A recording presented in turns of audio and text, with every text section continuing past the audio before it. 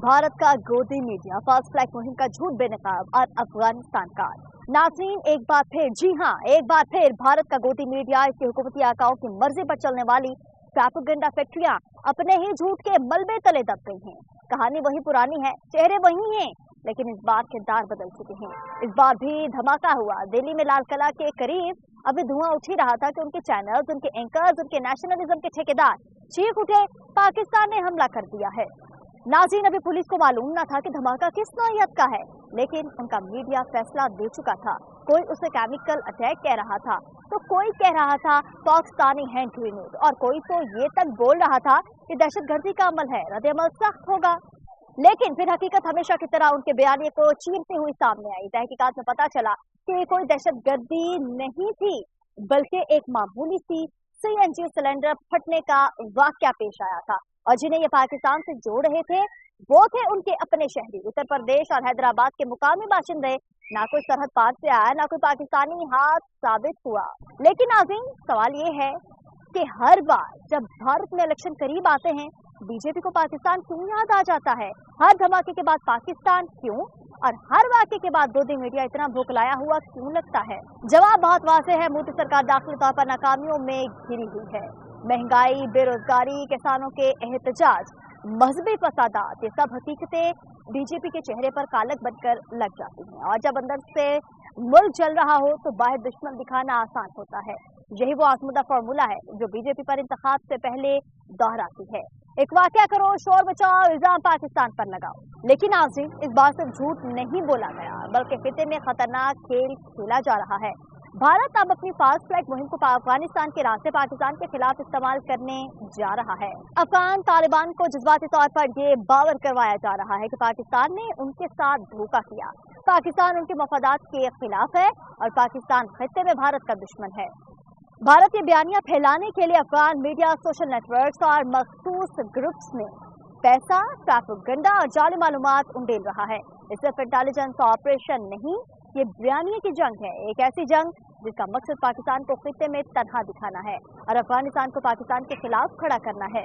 दरअसल भारत जानता है कि अफगानिस्तान में अमन का मतलब है पाकिस्तान के लिए एक मुस्तहकम मगरबी बॉर्डर, और ये वो चीज है जो दिल्ली को किसी कीमत पर गवारा नहीं है। इसीलिए जब भी पाकिस्तान और अफगानिस्तान के दरमियान ताल्लुकात बेहतर होने लगते हैं, भारत का मीडिया, उसकी खुफिया एजेंसियां और उसके सियासी थिंक टैंक झूठ और फरेब का नया बयानिया लेकर मैदान में आ जाते हैं। नाज़रीन, ये खेल नया नहीं है।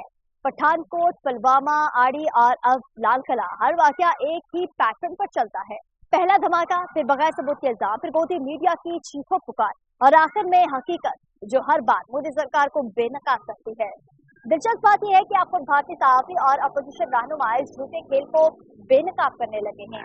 भारतीय सहाफ़ी शालिनी शुक्ला कहती हैं, जब भी बीजेपी बहरान में होती है एक नया धमाका होता है और फौरन पाकिस्तान को जिम्मेदार ठहरा दिया जाता है। कांग्रेस के रहनुमा परदेवर, उन्होंने कहा कि ये सब बिहार के इलेक्शन से पहले का एक मुतवक्किल सियासी हरबा है।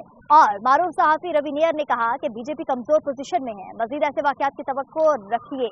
ये सिर्फ बयानात नहीं है, ये भारतीय मीडिया के अंदर से उठने वाली सच्चाई की आवाज है। वो सच्चाई जिसे दिल्ली की हुकूमत सालों से दबाने की कोशिश कर रही है। ये बात भारतीय अदालती रिकॉर्ड में भी मौजूद है कि साबिक आरएसएस कारकुन यशवंत शिंदे ने हल्फिया बयान में कहा था, हमने इंतखाबी फायदे के लिए धमाके करवाए हैं। और नाज़रीन, ये सिर्फ भारत के अंदर नहीं बल्कि अफगानिस्तान में भी दोहराया जा रहा है।